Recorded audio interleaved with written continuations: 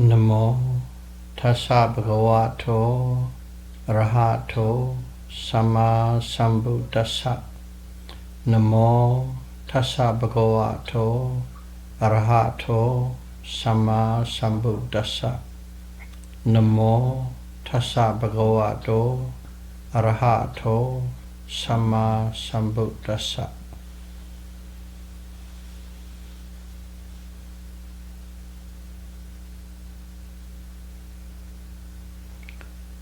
Theravada Buddhism series, Dhamma talk number 95.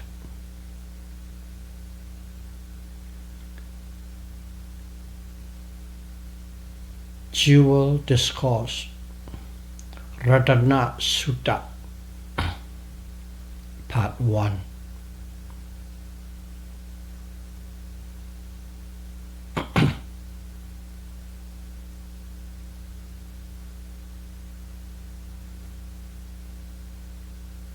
Ratana Sutta Part 1 will deal with the background story of the development of Ratana Sutta.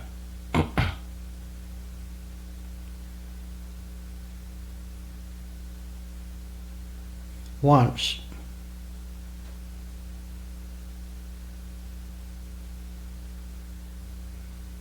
in Vesali of Vijay Kingdom, ruled under an oligarchy system, was a grand city.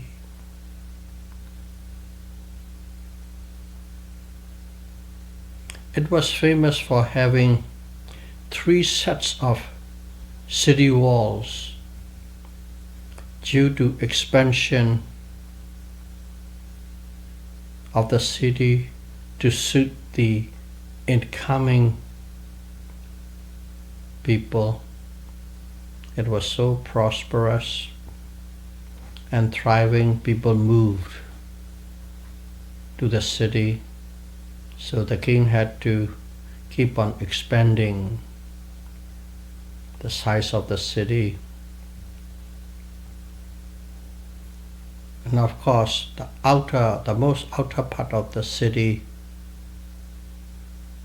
the king has to build walls to ward off enemies, to protect the invasion from enemies.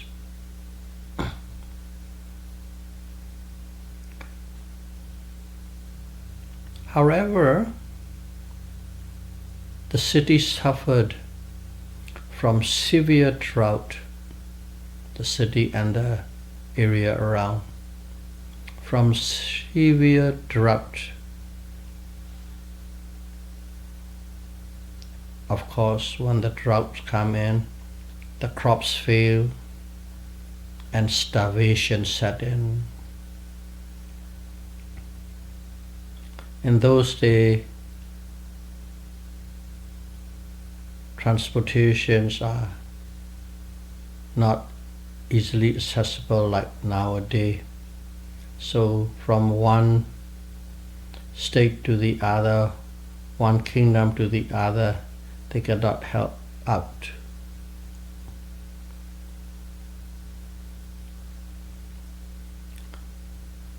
Because of that starvation, many people died.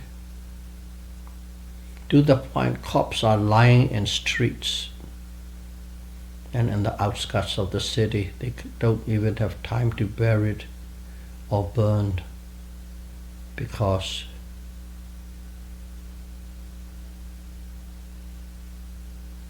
of the pandemic plague which has followed.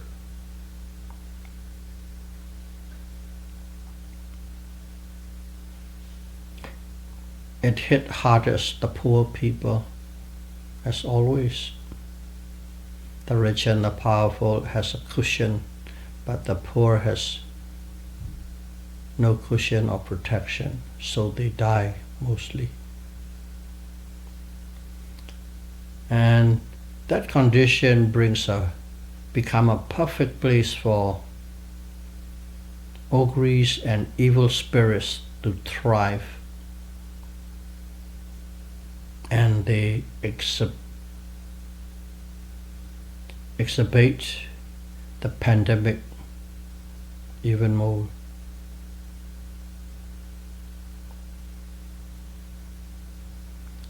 That is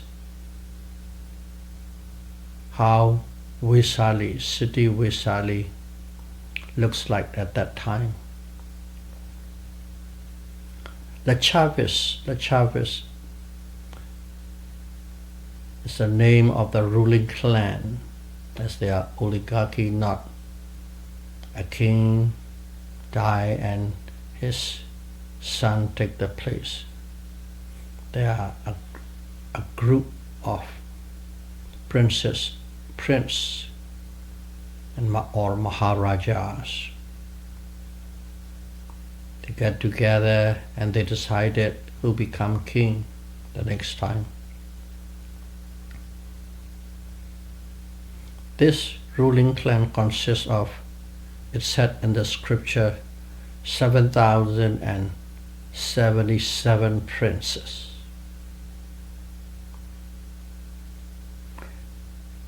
And the king and the princess offer sacrifice to the deities and the yakas that they worship to avert drought and pandemic. But it was in vain, nothing improved. So they decided to give an responsibility to Prince Mahali and the son of the king's head priest to go and ask the Buddha for help through King Bimbisara of Magadha kingdom, because the Buddha was residing in Magadha kingdom, and that kingdom was ruled by King Bimbisara. So they have to get a permission from the king and then ask the Buddha to come to Vaishali and help to avert drought and pandemic.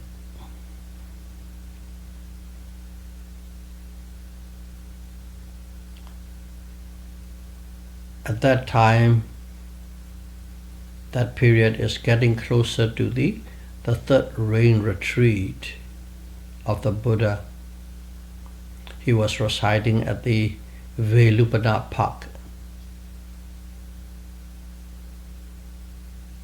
near Rajagaha city in Magadha kingdom. So King Bimbisara and then Prince Mahali and the sons of the head priest all went and begged the Buddha to come to Vaishali and helped averting the drought, starvation, plagues, and pandemic.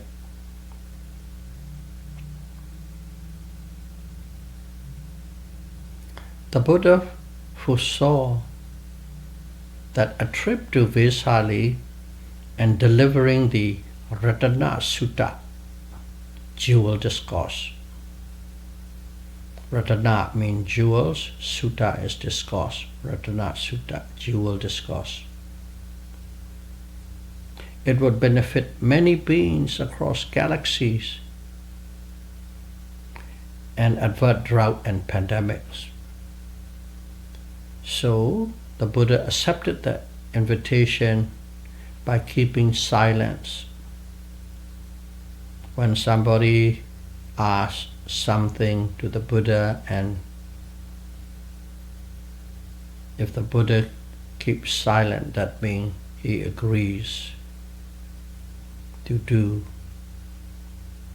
whatever being asked. The Buddha traveled 40 miles from Rajagaha to Ganges River.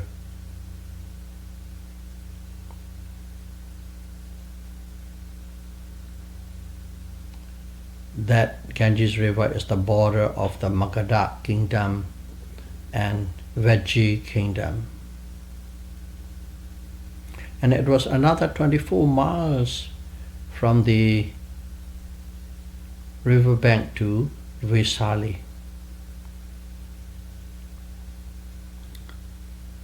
The Buddha traveled, and it took 3 days from the Ganges River to Vaisali. In other words, the Buddha traveled about 8 miles a day because he has his Sangha with him as well. Many Sanghas. Whenever there's many, they put the number 500. 500 Sangha Arahants and the Buddha travel. So there's a lot of logistic necessary for the kings to prepare. Once the Buddha set foot on the Veggie proper, in other words, the Buddha crossed the Ganges River and set foot on the other bank, that is the domain of Veggie kingdom. Once he set foot on the Veggie kingdom, Veggie domain, huge torrential rain falls. And it was so huge, it washed away many things, including the corpse lying, discarded, lying down into the Ganges River. And Sakka, the king of Deva, and his followers, many Devas, came down to the human realm and pay respect. And they all accompanied the Buddha to Vaisali.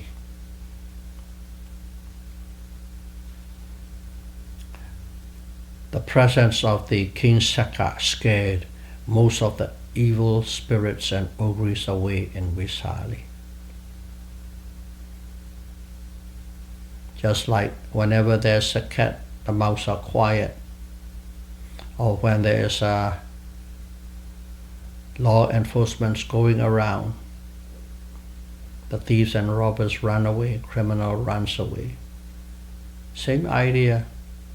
When Sakka came down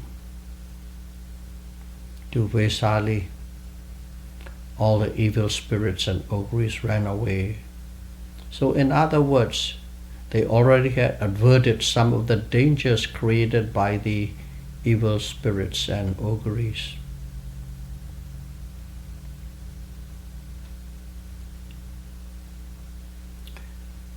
At the gate of Vaisali, the Buddha taught Venerable Ananda, Ratana Sutta. Venerable Ananda was Satipatthana, the first noble person, stream winner. He only became Arahant after Buddha passed away. So the Buddha taught Venerable Ananda Ratana Sutta. And this Ratana Sutta is the truth saying on the virtues of Buddha, Dhamma, and Ariya Sangha. Buddha, Dhamma, and Ariya Sangha is also called the three jewels. The three jewels. That's why the discourse is called Ratana Sutta, jewel discourse. He taught Venerable Ananda Ratana Sutta and assigned him and the prince of Vaisali, the ruling clan, to recite along the corridors between the 3 walls of the city for 3 nights. During the day they don't, but I think they don't recite during the day, but 3 nights from dusk to dawn, dusk to dawn, dusk to dawn, they recite the Ratana Sutta, going through the streets, main corridors between the 3 walls of the city. First, Venerable Ananda contemplated upon the Buddha Gautama's past life. Before you recite, he deeply go into contemplation, reflection.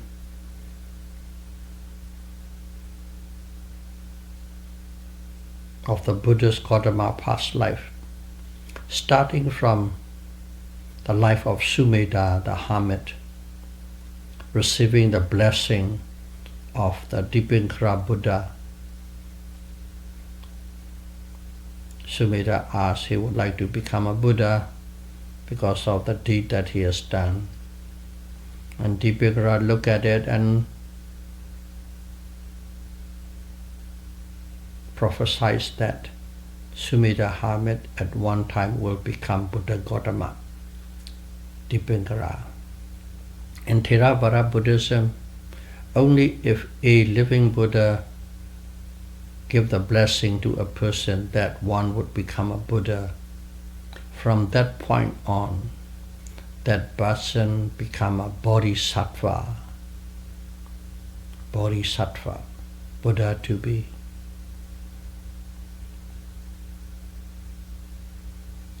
Of course, everybody can wish, but if you get the blessing of a living Buddha, then that is guaranteed.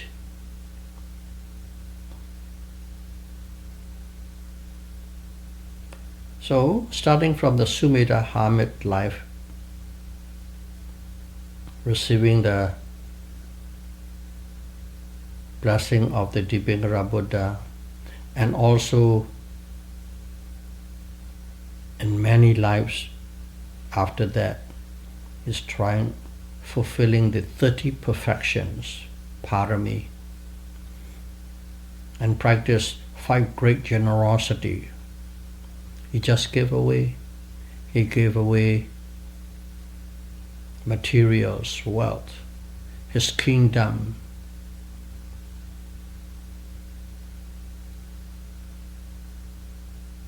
his family, if somebody asks. He gave away even his body parts. He gave away even his life if it helps someone. That's called the great 5 generosity. In many of his past life, in other words, he has to perfect himself to be worthy to become a Buddha.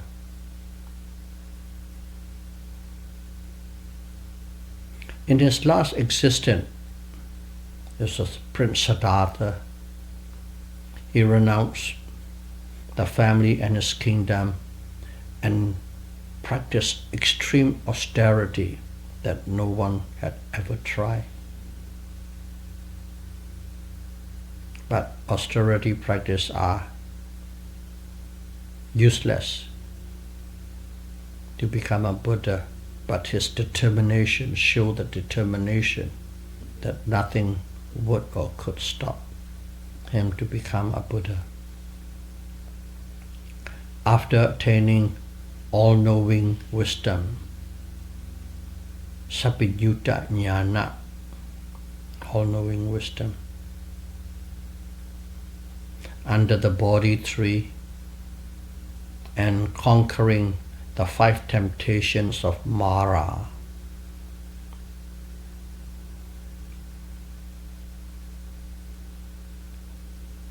All these things Venerable Ananda reflected and contemplated, sink into his heart. And then the Buddha delivering the first sermon, turning of the wheel, the Majjhakapavattana, and the 9 ultra-mundane Dharma, Lokodara Dharma. All these events, Venerable Ananda reflect and contemplate. In other words, all the efforts Buddha puts and done to become a Buddha. Then the Venerable Ananda carried the Buddha's alms bowl filled with water and follows the Buddha's instructions. With the prince, they all walk 3 nights, street to street, road to road, and recite the Ratana Sutta. And after that, he spread the water from the Buddha's bowl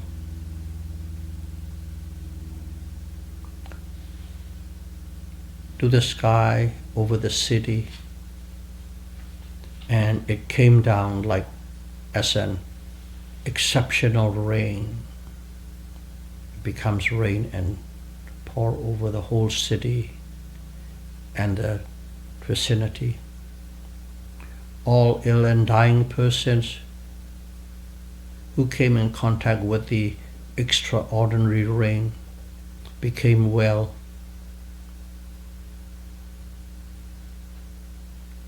Then the Buddha delivered Ratana Sutta formally. This is when the first time the Buddha delivered Ratana Sutta. The other time was just teaching Venerable Ananda and the prince reciting. All the Devas, Brahmas, from billions of galaxies came and listened. And the kings and the queens and the prince and princess and the citizen gathered around and listened.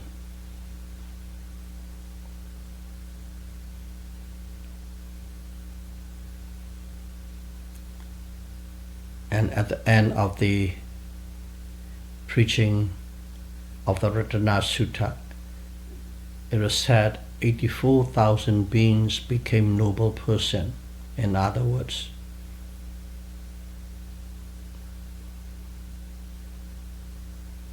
they become liberated from samsara.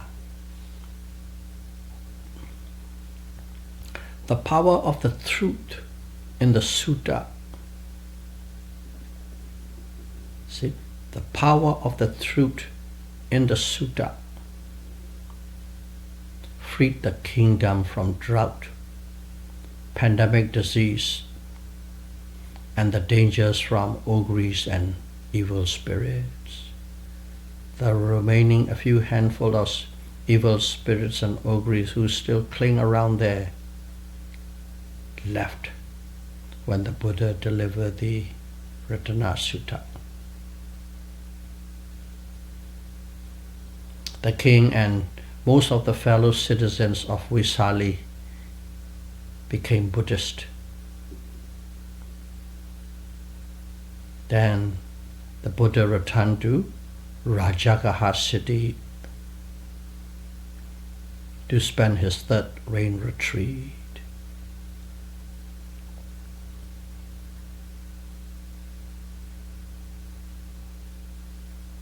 Brahmas and Devas and the sky came. Bimbisara of Rajagaha and his troops and citizens on the other side of the Ganges. Nagas under the Ganges river, and the king of Vaisali, prince and his subjects on the other side of the river bank paid a great homage to the Buddha at the river crossing. In other words, a huge crowd. This worshipping event to the Buddha is the third largest honoring worshipping event during the Buddha's Gautama's life. The first biggest one was on the return from the Deva Ram after teaching Abhidhamma to his late mother, who was a Deva, and all the Brahmas. And the second biggest event was a psychic power challenge by the other religious ruler, challenge context by the rival religious teachers, but no one showed up at the context. So Buddha displayed the water and fire miracle in the sky, the middle of the river, before he left for Deva Run to preach Abhidhamma. That's the second biggest gathering and worshipping. The third was at this Ratana Sutta, Ganges River crossing, 3 times. That such kind of worshipping, such crowd has never been before.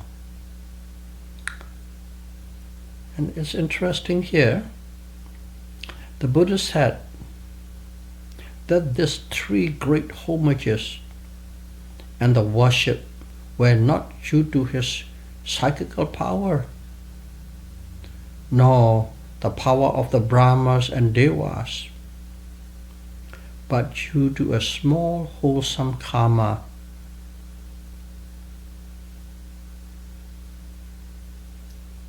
he has done in one of his past life. And he told the story, or he related the story.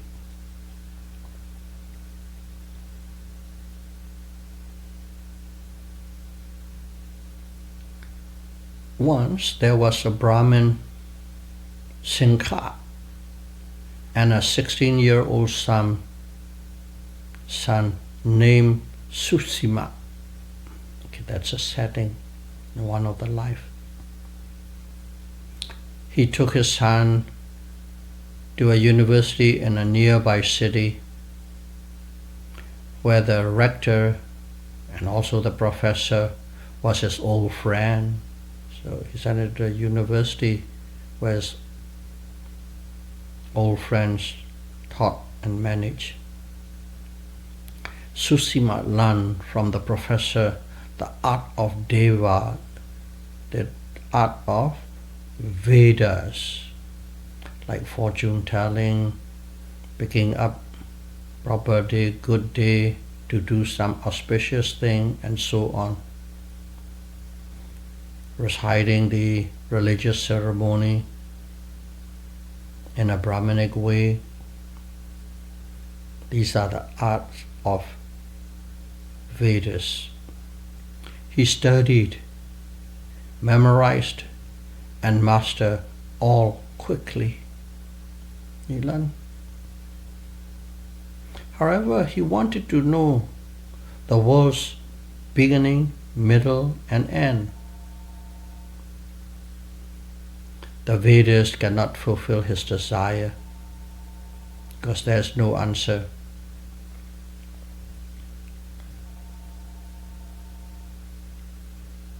So, this young man Susima approached a silent Buddha for the answer. The silent Buddha promised to teach if he took the robe, which he did. Because his desire to know the answer is so great, I said, okay, I will take the robe. I'll become a monk following the silent Buddha. And Susima got the answer by himself after becoming a silent Buddha and dying young. Because silent Buddha didn't tell him the answer just like 1 + 1 + 1 = 3. Not that. Silent Buddha taught him how to become a silent Buddha. So when Susima became a silent Buddha, he just knew the answer to the beginning of the world, the middle of the world, the end of the world. In other words, the beginning and middle and end of an existence, of a being. Samsara, out of samsara.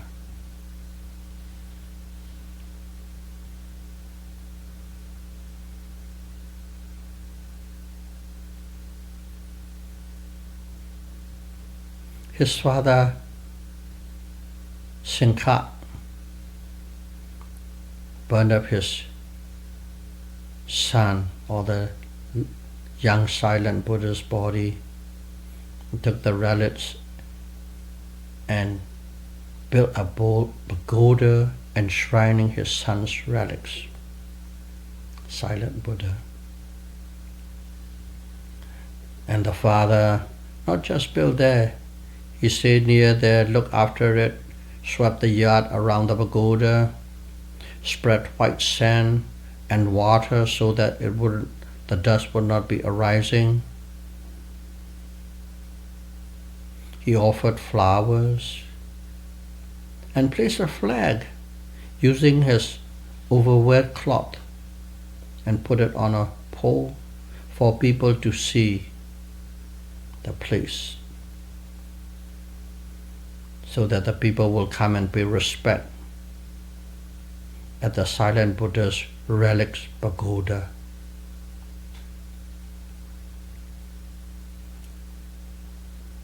That was the deed the father done. That Brahmin Sinkha, the father, was Buddha Gautama, to be Bodhisattva. Because of that wholesome deed, Buddha Gautama had 3 significant great events where countless Brahma, Devas, and Nagas and humans pay homage and respect.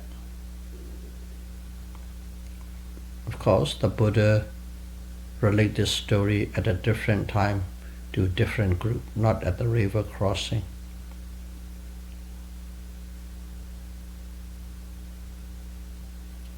So, you can see the point when you recite the Ratana Sutta, all the dangers and pandemics and disease and disturbance from the evil spirits go away. That's why a lot of Buddhists recite Ratana Sutta, some every day.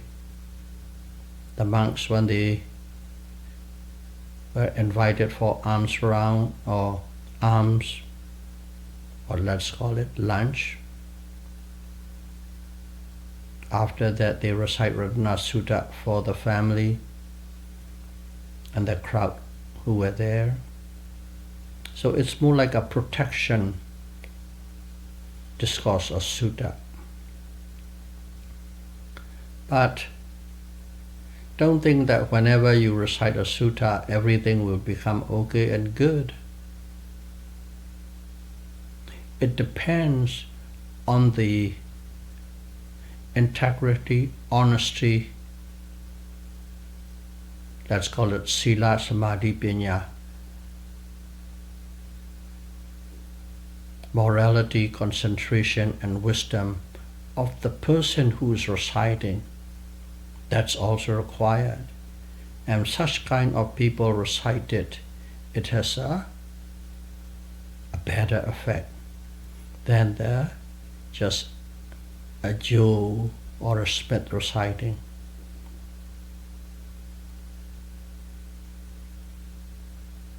That should be bear in mind.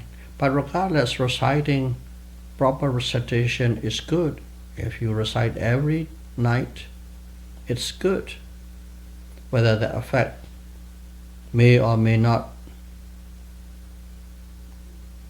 be received, but at least the person who is reciting is fully focused on the discourse, and during that period there is no unwholesome thoughts or actions in the person's mind. That itself is kusala, great wholesome karma. So with that, we'll conclude the background story of the development of the Ratana Sutta. In the part 2, we will discuss about the Ratana Sutta, the content of the Ratana Sutta itself. May all of you be away from danger, trouble, and suffering, and may you all be happy and peaceful. Sadhu, sadhu, sadhu. Thank you very much.